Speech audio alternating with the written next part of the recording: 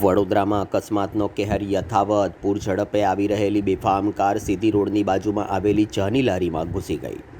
વડોદરા શહેરમાં અકસ્માતના બનાવમાં નોંધપાત્ર વધારો જોવા મળી રહ્યો છે. તેવામાં ગત રાત્રિએ વધુ એક અકસ્માતની ઘટના બની હતી.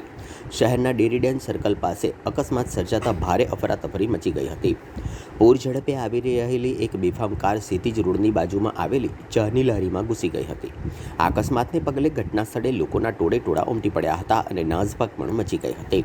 આ બનાવની જાણ થતાં જ સ્થાનિક પોલીસનો કાફલો ઘટના સ્થળે દોડી આવ્યો હતો. પોલીસે સૌ પ્રથમ ટોળા પર નિયંત્રણ મેળવી આગળની તપાસ હાથ ધરી છે. ચા પીવા આવેલા મહિલાઓમાં ઈજા પહોંચી હતી. ઈજા પહોંચેલને ઈજાગ્રસ્તોને તાત્કાલિક સારવાર અર્થે ખસેડવામાં આવ્યા છે. હાલ તો કાર ચાલકની પોલીસે અટકાયત કરી આગળની કાર્યવાही हाथ धरी होवानुं जानवा मळ्युं छे. गाड़ी से टर्न मारने के बाद उसने सीधे सीधे लाके यहाँ पूरी गाड़ी इधर लारी के अंदर यहाँ पर गाड़ी स्पीड में ही थी, यानी बहुत स्पीड तो भी कोई सिंगल ही था गाड़ी के अंदर, नहीं जेंट्स था.